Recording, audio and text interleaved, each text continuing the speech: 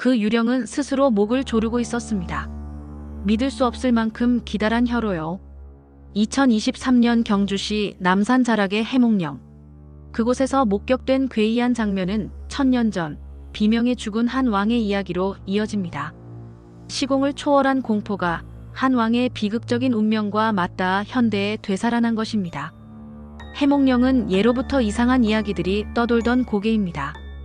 밤이 깊어지면 멀리서 아련하게 들려오는 음악 소리가 고요한 숲을 가득 채우고 이따금씩 누군가 애처롭게 흐느끼는 듯한 소리가 바람을 타고 숲을 따라 퍼진다고 했습니다.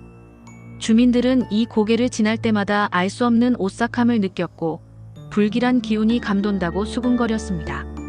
이러한 미스터리한 현상들은 해몽령이 평범한 고개가 아님을 끊임없이 암시해왔습니다.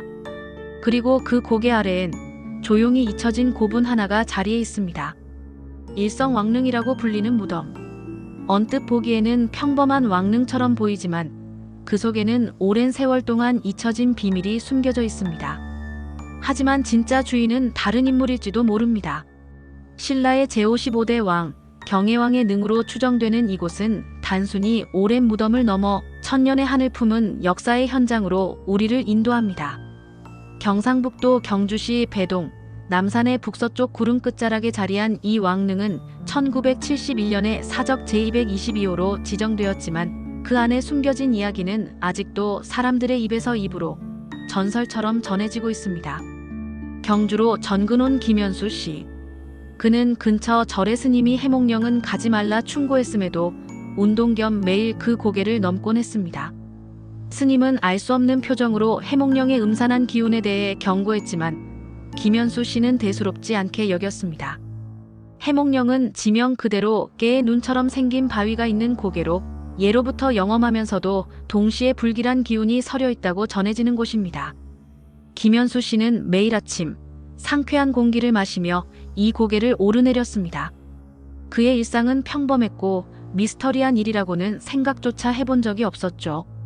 하지만 그날 낯선 길로 들어선 순간 모든 것이 바뀌기 시작했습니다. 어느 날 그가 평소와 다른 길로 들어선 날이었습니다. 울창한 숲이 길게 이어지는 길에서 벗어나 키 작은 소나무 숲 사이로 난 좁고 어두운 길로 접어들었습니다. 그곳에서 그는 고분 하나를 발견했습니다. 오래된 돌과 흙으로 이루어진 그 고분은 마치 세상의 시간에서 벗어난 듯 고요하고도 음침한 분위기를 풍겼습니다. 그리고 그 고분 앞에 서는 순간 알 수 없는 이상한 음악이 들리기 시작했습니다. 가야금 소리 같은 맑고 청아했지만 동시에 어딘가 무너진 듯한 비탄에 잠긴 곡조였습니다. 마치 1000년 전의 비극을 읊조리는 듯한 슬픈 선율이었습니다. 그 음악은 공기 중에 스며들어 김현수 씨의 온몸을 휘감는 듯 했습니다. 그는 알 수 없는 불안감에 휩싸였지만 발걸음을 멈출 수는 없었습니다. 발은 마치 자석에 이끌린 듯 고분에 더 가까이 다가섰습니다. 그리고 그 음악이 끊기는 순간 정적과 함께 찾아온 것은 극심한 공포였습니다. 그는 그것을 보았습니다. 붉은 왕복을 입은 한 남자. 그의 모습은 마치 신라시대의 어느 왕을 연상케 했습니다. 눈은 감겨 있었고 얼굴은 창백했으며 입은 기이하게 벌어져 있었습니다. 그의 눈에는 이루 말할 수 없는 고통과 절규가, 입에는 차마 다하지 못한 말이 서려 있는 듯 했습니다. 온몸의 털이 곤두서는 극한의 공포 속에서 김현수 씨는 시선을 뗄 수 없었습니다.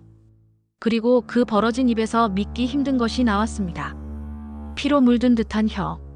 그것은 단순히 붉은색을 넘어 마치 선혈이 낭자한 듯한 섬뜩한 빛을 띠고 있었습니다. 팔만큼 길고 축축하고 촉촉하게 젖은 그 혀는 살아있는 생명체처럼 움직이며 천천히 그의 목을 휘감더니 스스로 조이기 시작했습니다. 혀가 목을 조이는 그 끔찍한 순간에도 남자는 아무런 소리도 내지 않았습니다. 비명조차 지르지 못하는 모습은 더욱 절규에 가득 찬 광경이었습니다. 그는 자신을 죽이고 있었습니다. 상상할 수 없는 너무나도 비극적이고 잔인한 광경이었습니다. 김현수 씨의 심장은 발밑으로 곤두박질 치는 듯했고 머리카락은 쭈뼛 서는 극한의 공포에 휩싸였습니다. 그는 숨조차 쉴 수 없었고 온몸의 털이 곤두서는 것을 느꼈습니다. 공포에 질린 그는 혼비백산에 도망쳤습니다. 뒤도 돌아보지 않고 오직 살기 위해 필사적으로 내달렸습니다. 그의 눈앞에는 오직 그 끔찍한 환영만이 아른거렸습니다. 그 다음 날 김 씨는 도저히 혼자 감당할 수 없는 충격적인 경험에 근처 절을 찾아가 그날의 이야기를 스님께 전했습니다. 스님은 조용히 김 씨의 이야기를 들었습니다. 그의 표정은 담담했지만 눈빛에는 깊은 연민과 함께 무언가를 아는 듯한 기색이 스쳐 지나갔습니다. 김 씨의 이야기를 다 들은 스님은 고요히 입을 열었습니다. 마치 오래된 역사의 한 페이지를 읽어주듯 차분한 목소리였습니다. 그 왕릉, 지금은 일성왕릉이라 불리지만 실은 신라의 비운의 왕, 경혜왕릉이라 보는 학자들도 있소. 스님의 말에 김현수 씨는 충격을 받았습니다. 경혜왕. 그는 신라 제55대 왕이었지만 927년 포석정에서 연회를 베풀던 중 후백제의 견훤에게 습격당해 비참한 최후를 맞았습니다. 견훤은 신라를 유린하고 경혜왕에게 스스로 목숨을 끊으라고 강요했습니다. 이 참혹한 사건은 신라의 멸망을 재촉한 비극적인 전설로 남아있으며 신라 천년 역사의 마지막을 장식한 가장 처참한 비극 중 하나로 기록됩니다.